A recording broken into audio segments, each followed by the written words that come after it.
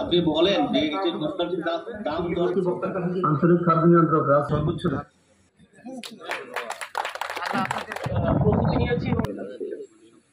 অনেক সময় আমাদের উদ্বোধনে দেরি।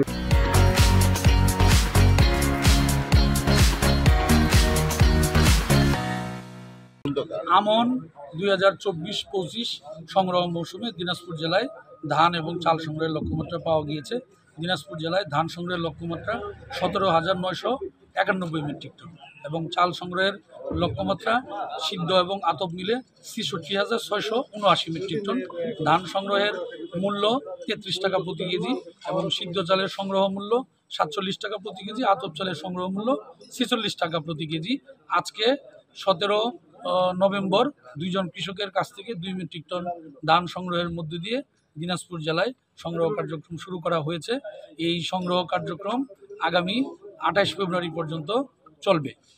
প্রকৃত কৃষকদের নিকট হতে ন্যায্য মূল্যে ধান সংগ্রহ করা হবে এবং চুক্তিবদ্ধ মিল মালিকদের নিকট হতে চাল সংগ্রহ করা হবে।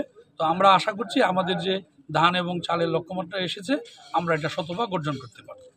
কৃষকরা বলছে তারা ধান দিতে পারে না, বিভিন্ন চক্রে আটকে যায়, এই বিষয়টা কিভাবে?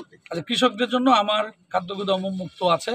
আমরা কৃষকদের জন্য সর্বোচ্চ যেন অনুকূল পরিবেশ সৃষ্টি করা যায় সেটা আমরা চেষ্টা করব। তবে একটা জিনিস খেয়াল রাখতে হবে, 14% আর্দ্রতা এবং ধানটা একটু ঝাড়াই বাছাই করে নিয়ে আসতে হবে।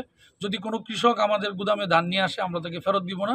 প্রয়োজনে আমরা গুদাম ক্যাম্পাসে ঝাড়াই বাছাই করে ধান শুকিয়ে আমাদের মানের করে নিব।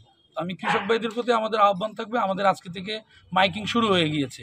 গুদামে ধান সরবরাহের জন্য বিভিন্ন উপজেলায় মাইকিং হচ্ছে।